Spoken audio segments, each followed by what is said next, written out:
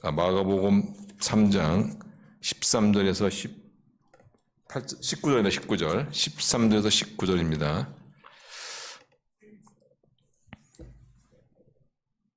자, 마가복음 3장 13절에서 19절 하나님의 계시 말씀 교도하겠습니다. 13절 제가 먼저 읽겠습니다. 또 산에 오르사 자기가 원하는 자들을 부르시니 나온지라.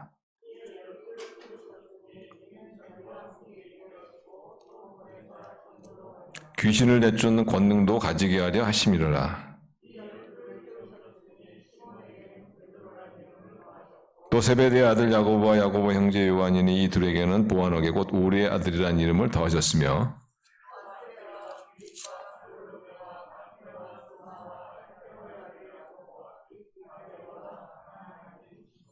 19절 같이 있습니다. 또 가룟 유다니 이는 예수를 반자더라. 아멘. 오늘 본문은 예수님께서 12제자를 세우는 그런 말씀입니다. 12제자를 이렇게 가만히 한번 관찰해 보시면은 뭐 특별한 사람이 없어요. 뭐 공부를 많이 했다든가 아니면은 우리가 정말 유용하고 쓰임받는 그런 제자의 삶을 살려면은 이 부르심이, 주님의 부르심이 있어야 된다. 주님의 부르심이 왜 있어야 됩니까? 주님의 부르심이 정말 내가 주님께서 나를 이 일에 부르셨구나라는 확신이 있는 사람은 아무리 상황이 어려워도 아무리 인간관계 어려워도 그 일을 끝까지 해냅니다. 왜냐? 부르심이 있으니까. 그런데 이런 부르심에 확신이 없는 사람은 그냥 하다가 어려우면 그만두죠. 왜냐하면 자기가 원해서 한 거니까 자기가 원할 때 그만둘 수 있다는 것이죠. 그래서 우리가 정말 하나님 나라의 그 유용한 그런 제자의 삶을 살기 위해서는 하나님 주님의 부르심이 있어야 된다. 그러면 주님께서 나를 부르셨는지 이 일에 나를 부르셨는지 안 부르는지 어떻게 하느냐? 주님께서 보통 두 가지 방법으로 부르십니다. 하나는 뭐냐면은 내 안에 소원을 주죠. 소원을. 그래서 뭐 교회라든가 또는 뭐 어떤 공공 그런 장소에서 어떤 분은 그 쓰레기가 떨어져도 전혀 이렇게 신경도 안 쓰이는데 유독 어떤 분은 자꾸 신경 쓰인단 말이죠. 자꾸 신경 쓰이는 거예요. 그게 뭡니까? 부르심이에요, 부르심. 그거 좀 지워라. 부르심이죠. 자꾸 내 마음이 쓰는 거죠. 어떤 분이 아파서 기도해 드려야겠다 생각해도 어떤 분은 그게 사실 물론 그분도 기도하시겠지만 그렇게 마음이 저분이 얼마나 힘드실까, 저분을 내 치유를 해서 내 기도해야겠다 하는 그런 마음에 어떤 그 열망이 일어나는 경우가 있단 말이죠. 그것은 뭐냐? 그 치유 기도를 위해서 부르심이란 말이에요. 저도 이렇게 큰 저의 어떤 인생에 좀 큰 어떤 그런 일들, 그 일들, 예를 들면은 제 진로 같은 경우에죠. 제가 좀 편안하게 좀 목회할 수 있었는데 하나님께서 내 안에 캠퍼스 사역에 대한 어떤 부르심이 존재, 얼마나 참 그것이 참 강렬한지 말이에요. 그래서 좀 모험을 하면서 그런 또 자리를 옮기고 이런 것들이 보면 다 이렇게 안에 있는 내 안에 그걸 좀 하고 싶다 이런 또 부르심이 있다는 거예요. 그래서 우리 성도님들도 이게 하나님께서 우리가 이 일에 부르셨는데 우리가 이 부르심을 갖다가 확신 없이 하는 것은 좀 억울하지 않습니까? 확신이 있어요, 확신. 근데 우리가 주님이 어떤 일을 하면은 거의 그 주님의 부르심이 있습니다. 다만 우리가 이제 부르심에 대해서 잘 인식하지 못하고 그리고 그 부르심에 대한 확신이 있을 때 우리는 어떤 상황이 닥치든 어떤 인간관계 어려움이 있든 우리는 묵묵히 해낼 수가 있죠. 그 또 하나 하나님께서 우리를 어떻게 부르냐면 교회를 통해서 부르십니다. 그래서 교회에서 어떤 직분을 주거나 또는 교회에서 어떤 일을 청할 때 하나님 부르심이 아닌가 이걸 잘 생각을 하셔야 돼요. 그래서 부르심의 확신 가운데서 그래서 우리 정말 하나님 나라에 쓰임받고 유용한 그런 아름다운 주님의 제자 되시기를 주님의 이름으로 축원합니다. 또 오늘 본문 보시면은 우리가 유용하고 쓰임받는 그런 제자의 삶을 살려면은 두 번째로 보시면은 14절 보세요. 14절. 자, 14절 한번 같이 읽어요. 시작. 이에 열두를 세우셨으니 이는 자기와 함께 있게 하시고 또 보내사 전도도 하며. 그러니까 우리가 유용한 쓰임받는 그런 제자가 되려면은 주님과 함께 해야 된다는 거죠. 주님과 함께 한다. 주님과 함께 하는 것이 왜 그렇게 유용한 쓰임받는 그런 제자의 삶에 필요하냐 하면은 예수님의 교육 방법이죠. 예수님은 제자들과 함께 했죠. 함께 했다는 것은 뭐냐면 생활을 같이 한 겁니다. 생활을 같이. 왜 예수님께서 생활을 같이 했습니까? 같이 했을까요? 그거는 듣고 배우는 것이 아니고 보고 배운다 하는 것을 뭐 예수님은 누구보다도 잘 알고 계셨기 때문이죠. 사람은 그렇죠. 물론 듣고도 배웁니다만은 그러나 대부분의 우리가 배우는 거는 보고 배우는 거죠. 보고 배우는. 그래서 어떤 분 같은 경우에는 뭐 특별한 지식이 없어도 아주 잘 이렇게 일을 해내가는 경우가 있습니다. 왜 그러냐면은 보고 배우기 때문에 그렇습니다. 보고 배우기 때문에. 그래서 잘 섬기는 분들 옆에 있는 근처에 있는 분들은 그 성경의 모습을 보면서 저렇게 섬겨야 되는 거구나 이런 걸 보고 배우고 또 뭐 어떤 그룹을 인도한다 그러면은 또 그 안에 있는 사람은 그룹은 또 저렇게 인도하는 거구나 보고 배우고 예수님께서는 항상 제자들과 함께 했고 제자들은 예수님과 함께 했고 그래서 예수님으로부터 보고 배우고 예수님은 삶 안에서 그들을 가르치고 질문도 나누고 대화도 하고 토론도 하고 이 모든 이런 것들 이것을 위해서 예수님께서 함께 하셨다. 그래서 우리가 예수님의 쓰임받는 유용한 그런 제자가 되려면은 예수님의 제자들처럼 우리가 예수님과 함께하는 그런 삶을 살아야 된다. 이 당시에는 예수님께서 육체로 계셔서 함께했지만은 그러나 지금 예수님은 그렇지 않죠. 그러면 우리는 어떻게 예수님과 함께할 수 있느냐? 함께할 수 있죠. 두 가지 방편. 그게 바로 말씀과 기도입니다. 말씀과 기도. 그러니까 우리가 정말 예수님의 유용한 쓰임받는 그런 제자 되려면은 꼭 이 두 가지를 소홀히 하면 안 돼요. 말씀과 기도입니다. 말씀과 기도. 말씀과 기도를 통해서 예수님과 함께 할 수 있는 거예요. 예수님께 질문도 하고 예수님께 여쭤보기도 하고 그럼 예수님께서는 또 여러 가지 방법이 있지만 하나님 말씀을 통해서 또 말씀해 주시기도 하고 그래서 우리가 함께하는 시간 이것을 가리켜서 소위 이제 quiet time, 뭐 QT, 조용한 시간, 뭐 아침의 묵상, 뭐 여러 가지로 얘기합니다만은 꼭 아침이 아니도 괜찮아요. 그러나 중요한 것은 함께하는 시간을 반드시 가져야 된다. 기도와 말씀의 시간을 반드시 가져야 된다. 어떤 분 같은 경우 저도 이렇게 생각했습니다만은 이렇게 생각하신 분 있어요. 주님의 사역을 하는 것이 곧 주님과 함께하는 것이 아니냐 이렇게. 내가 지금 어떤 주님의 사역을 하고 있다면 그것이 곧 주님과 함께하는 것이 아니냐 이렇게 또 생각할 수 있는데 저도 과거에는 그렇게 생각했었거든요. 주님의 사역을 하는 것은 곧 주님과 함께하는 것이다. 근데 그렇지 않을 수도 있더라고요. 주님의 일이 막 일어난다 할지라도 주님과 함께하지 않고도 일어날 수 있어요. 않고도. 저는 그런 경험을 합니다. 그래서 뭐 어디 가서 이렇게 뭐 말씀을 전하고 어떤 때는 또 성령의 또 감동 안에서 또 예수님 믿는 분 손 들면 제가 기도해 드리겠다고 하고 그럼 어떤 경우는 손을 드세요. 이렇게 기도도 해드리고 그런데 그거 다 끝나고 집에 오는데 마음에 그렇게 큰 기쁨이 없어요. 이렇게. 그래서 드는 생각이 뭐냐면은 정말 그분이 손을 들었는데 진짜 믿으려고 들었나 이런 또 생각도 듭니다. 예수님이 함께한 게 아니죠. 예수님이 함께한 게 뭔가 역사는 일어난 것 같지만은 사실상 예수님이 함께한 게 아니죠. 그래서 우리가 주님의 사역을 꼭 예수님이랑 함께한다 이렇게 동의시하면 안 됩니다. 방심하면 안 돼요.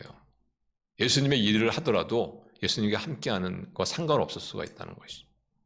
그래서 우리는 예수님의 일을 하더라도 예수님의 사역을 하더라도 반드시 예수님과 함께하는 그런 말씀과 기도의 시간을 반드시 가져야 된다는 거예요.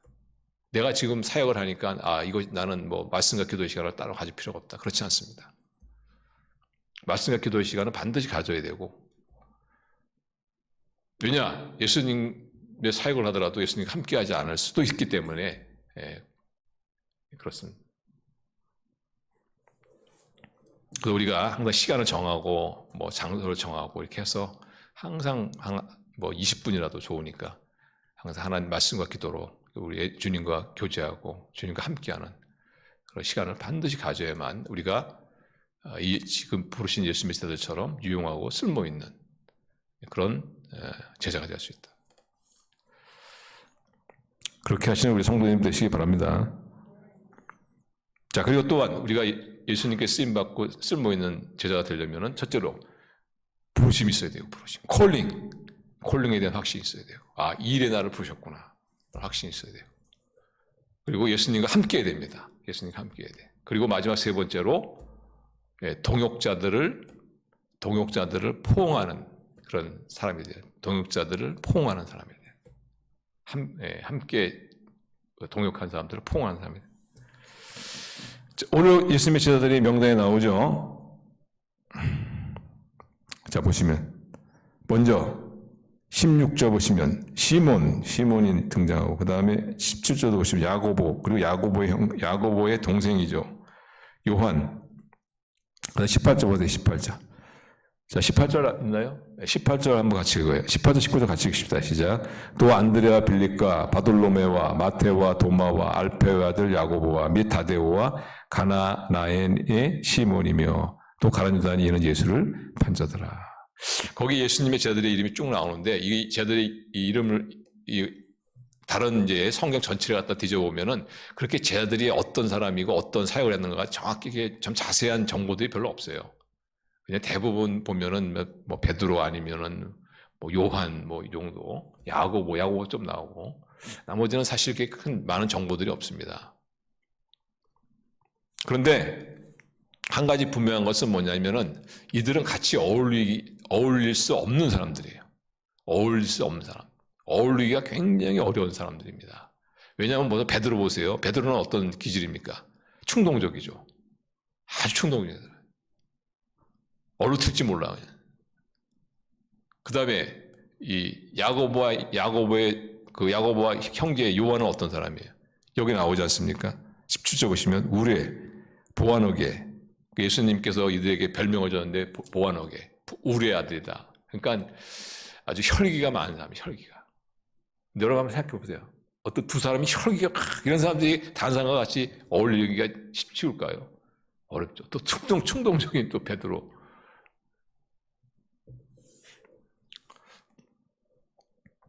그리고 도마는 어떤 사람? 도마는 아시죠? 의심 많은 사람. 항상 의심하는 사람이야. 그러니까 베드로는 충동적이고 어떤 사람은 막 혈기를 부르고 어떤 사람은 밤낮 의심만 하는 거, 의심만. 이런 사람들이 함께 같이 어울린다는 거, 이게 사실상 어렵습니다.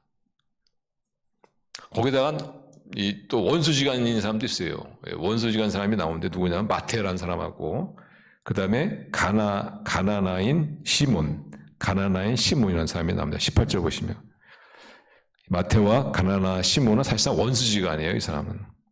이 가나나인 시몬, 이 사람은 누가복음에 보시면은 젤롯 이렇게 나옵니다. 젤롯. 누가복음 한번 보세요. 누가복음.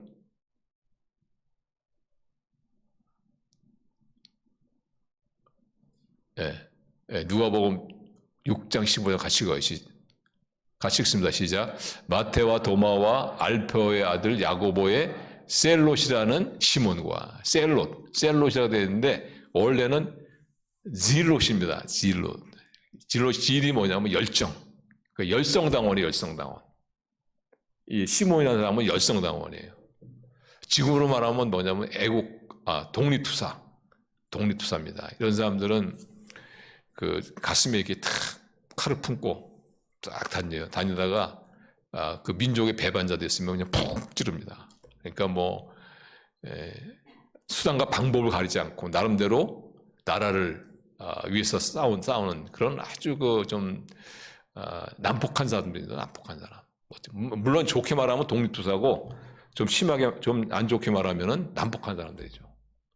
수단과 방법을 안 가리고 사람들을 갖다 제거하는. 근데 반면에 그러니까 이제 이 질롯이라는 시몬은 그 유대인으로서 나름대로 이제 애국자죠. 독립투사 같은 사람이고. 근데 거기에 마태는 어떤 사람입니까? 로마 정부에 앞장서서 같은 유대인들에게 세금을 착취한 사람이죠.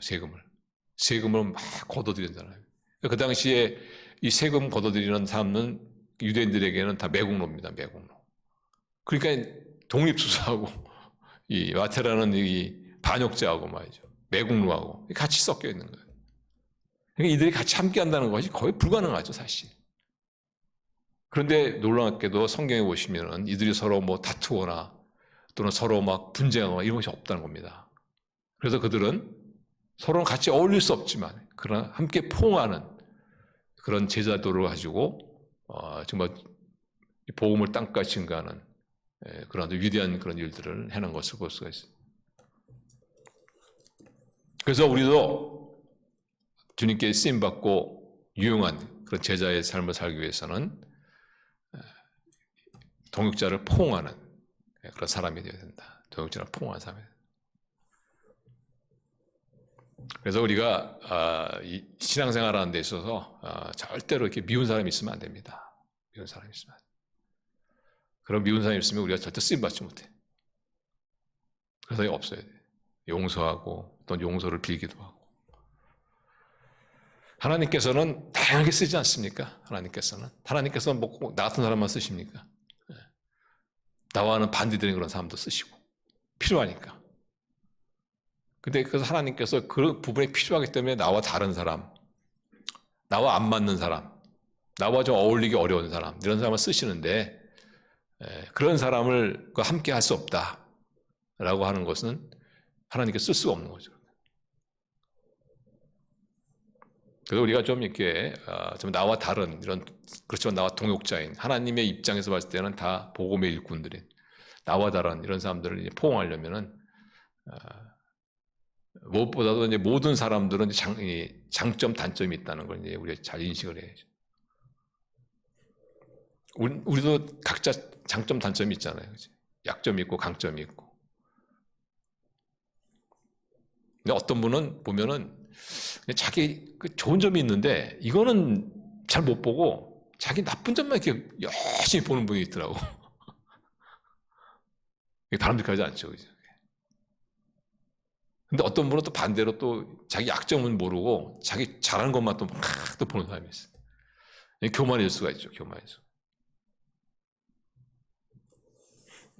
그러니까 나의 좋은 거, 제일 좋은 거는 뭐죠? 나의 약점을 알고 장점을 알고. 그래서 장점은 더 잘 개발하고, 약점은 나한테 이런 약점이 있기 때문에 항상 이 약점에 조심하고. 그런 것이 필요하죠. 그리고 또 더 중요한 것이 뭐냐면은 내가 장점과 약점이 있는 것처럼 단점이 있는 것처럼 상대방도 똑같이 그렇다는 거예요. 그래서 우리가 이 동역자들을 이렇게 좀 잘 포옹하는 그런 거 되려면은 우리가 좀 관대한 것이 필요하죠. 또 저분이 내가 가지고 없는 장점이 있지만 또 저분이 또한 전 약점도 있구나. 이런 것들을 보면서 좀 관대한 그런 걸 가져야 돼요. 관대. 그래서 이런 말 있잖아요. 자신에 대해서는 엄격하고 남에 대해서는 관대하라. 그렇죠? 자신에 대해서 엄격한 사람이 있고 또 남에 대해서 엄격한 사람이 있고 자신에게는 한없이 관대하면서 남에 대해서 엄격한 그런 사람이 있죠. 근데 전 제일 좋은 거는 자신에게도 관대하고 그러나 남에게도 관대하고 그런 사람이 제일 좋은 거예요. 그래서 사실상 지도자에 있어서 자격 가운데 있어서 가장 중요한 자격이 뭐냐면은 잘 어울리는 겁니다.